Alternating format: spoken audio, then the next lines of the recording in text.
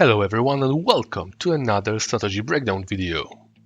Today we are going to examine A-side fake tactic performed by Team Fnatic from their match against Astralis. Just before we do it, however, I would like to say special thanks to Cedric Volkmar, who became the first person ever that sent me donation. It kinda made me want to cry of joy, just like US liberals after Trump's win.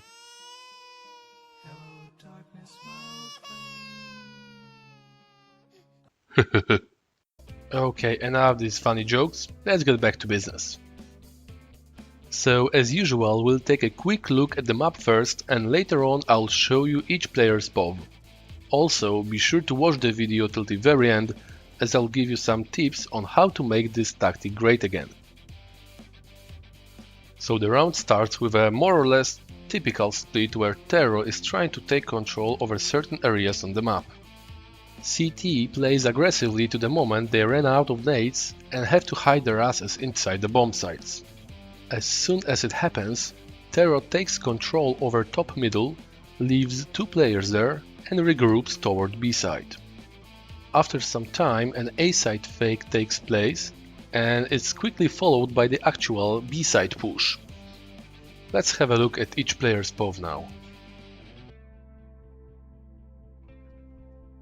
Dennis bravely pushes apartments as soon as he can. You might think he's careless doing it without any flashes or mollies, but in fact he's just too poor to buy any. I would even risk a statement that his pocket was as empty as my wallet 2 days before the payday. Once the apartments are checked, Dennis relocates to help take over the middle. Next, he simply waits a couple of seconds for the right moment to strike and sacrifices his miserable life for the greater good.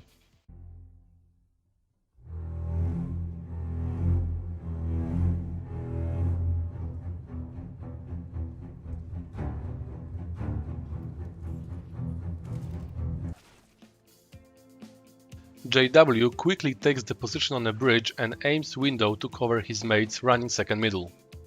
Next, he drops the bomb and heads toward apartments. He takes advantage of a smoke thrown by CT and positions himself in it.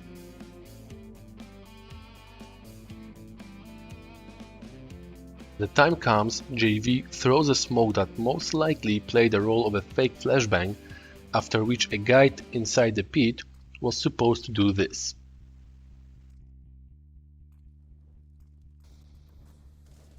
Right after the smoke, JW jumps off the house and somehow manages to escape.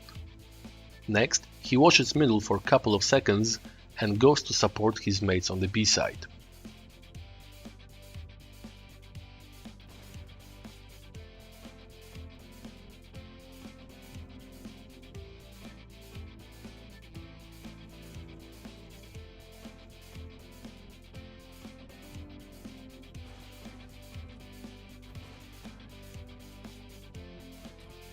Krimz runs through second middle, nades the apartments and together with Dennis takes control over it.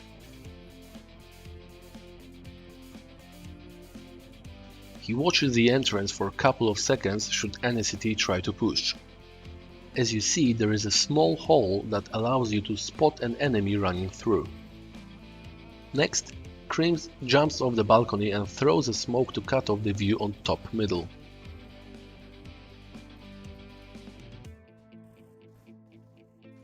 After that, Krimz again climbs the balcony and helps his teammates take over the middle.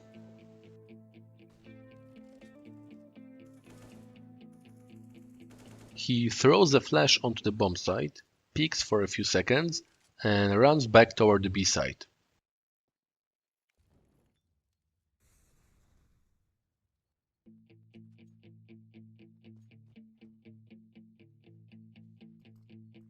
When the time comes, he uses his second flash to blind rotating CTs.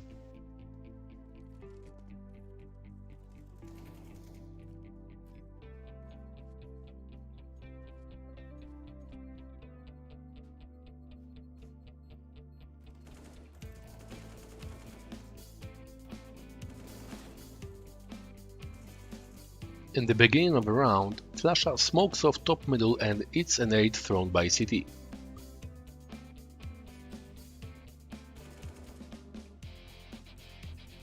Next he tries some magic with Olofmeister.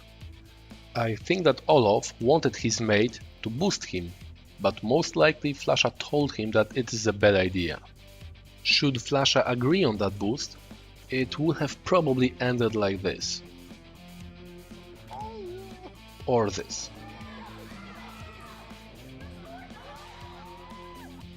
Next, our hero joins his mates, casts one flash on the right and helps them secure top middle.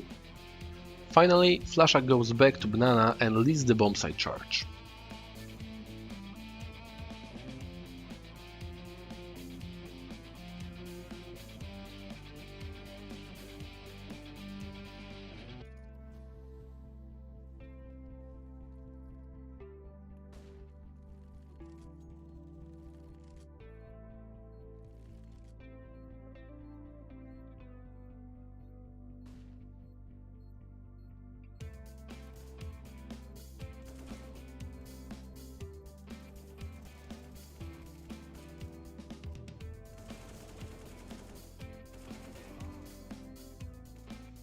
Our last man to discuss, Olofmeister, has a very dangerous mission as he must keep cities away from Banana and stay alive.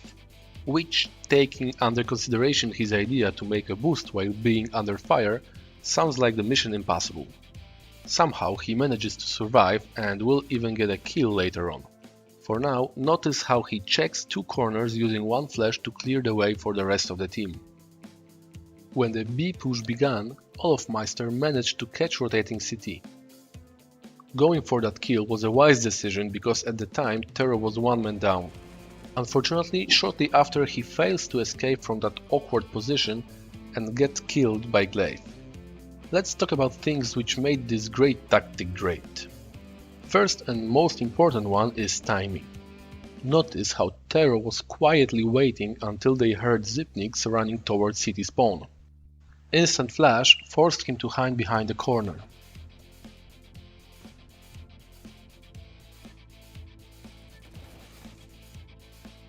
Because JW with Denny started making noise on A when there was 20 seconds left on the clock, CT believed it was a real push. Secondly, these three guys have balls of steel. When I was watching this round for the first time, I must admit that once I noticed the smoke thrown by Zipniks at 0:20, I thought Terror will panic and blindly rush the bomb site. None of this happened. They even used the smoke to their own advantage as they managed to shorten the distance to the bomb site and timed it all well with that flash I mentioned a few seconds ago. The third thing I wanna mention is extremely passive play from CT on the A side. Notice how from 1:13 they are all sitting inside the bomb site and in the pit, leaving Arch completely undefended. Of course, Terror did not know about it, but CT had very limited information about what is going on the map, and it has only strengthened their belief about A-side push. The last thing I want to mention is Balls of Steel episode 2. Take a look at the after-plan situation. Flusha and Krimz played it almost perfectly. They did an awesome job by simply sitting on their asses and not engaging in some needless fire exchanges with CTs. These positions offer a great crossfire possibility, however CT knows that and usually tries to bait terrorists hiding behind these walks. Flusha, however, was very composed and played it like a professor.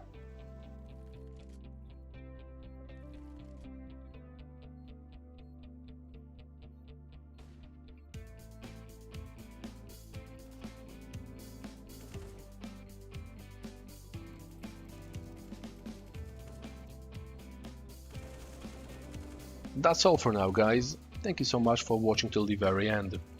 Remember to subscribe to my channel if you want to be up to date with the newest videos, and I see you soon with another strategy breakdown.